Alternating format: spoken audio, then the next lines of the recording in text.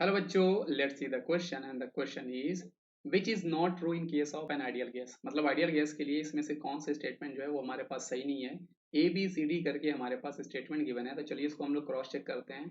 अब यहाँ पर बेटा आपके पास जो पहला हमारे पास स्टेटमेंट है, it can not be converted into the liquid, तो आइडियल गैस के लिए आपका बिल्कुल सही है। क्योंकि आइडियल गैस के हिसाब से जो हमारे पास क्योंकि वहाँ पे किसी भी तरह का अट्रैक्शन फोर्स नहीं लग रहा होता है, किसी भी तरह का रिपल्शन फोर्स वहाँ पे नहीं लग रहा होता है, इसलिए गैसेस को कंप्रेस करके उनको लिक्विड में कन्वर्ट कर पाना बहुत मुश्किल होता है। तो इसीलिए हम लोग it can not be convert into liquid get, ये आपका स्टेटमेंट बिल्कुल सही स्टेटमेंट है। क्योंकि हम आइडियल गैस में ये एज्यूम करके रखते हैं कि जो हमारे गैस मॉलिक्यूल्स होते हैं उनके बीच में किसी भी तरह का अट्रैक्शन या रिपल्शन फोर्स नहीं लग रहा होता है। बी की हम बात करते हैं कि there is no interaction between the molecules, ये आपका बिल्कुल सही है। इसी के कारण ए स्टेटमेंट भी आपका सही हो जाता है कि there is no interaction between the molecules, ये हम एज्यूम करके चला करते हैं। सी की हम बात करते हैं बेटा, यही इस क्वेश्चन में सही नहीं है और यही इस क्वेश्चन का सही जवाब है ना। इसे हमसे क्या बोल रहा है कि all molecules of gas move with same speed, ये आपका स्टेटमेंट गलत है। और करेक्ट आंसर इस क्वेश्चन का हमारे पास हो जाएगा बेटा ऑप्शन सी हो जाएगा।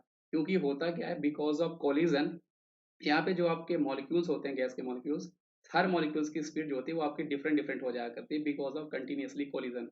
वो मूव करते रहते हैं, आपस में कोलाइड करते हैं, जिसके कारण उनकी जो वेलोसिटी होती है, स्पीड जो होती है वो आपकी चेंज होती रहती है।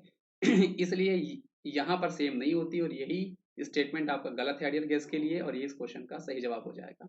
हम डी को भी क्रॉस चेक कर लेते हैं कि at a given temperature PV is proportional to the amount of gas, तो ये भी बिल्कुल सही है बेटा। टेम्परेचर यहाँ पर आपका कांस्टेंट है, तो ये आपका बॉयल्स लॉ है। जब आपका टेम्परेचर कांस्टेंट होता है बेटा तो क्या होता है, उस टाइम पे P V equal to constant, हमें ये रिलेशन मिला करता है। आप इसको चाहो तो ये भी बोल सकते हो कि P is inversely proportional to हमारा वॉल्यूम होता है। ये हमें बताता है बेटा बॉयल्स लॉ, ये हमें बताता है बेटा बॉयल्स लॉ। तो स्टेटमेंट डी भी हमारा सही है ना। तो इस क्वेश्चन का सही जवाब हमारे पास ऑप्शन सी था। आई होप आपको ये समझ में आया होगा बच्चों। Thank you.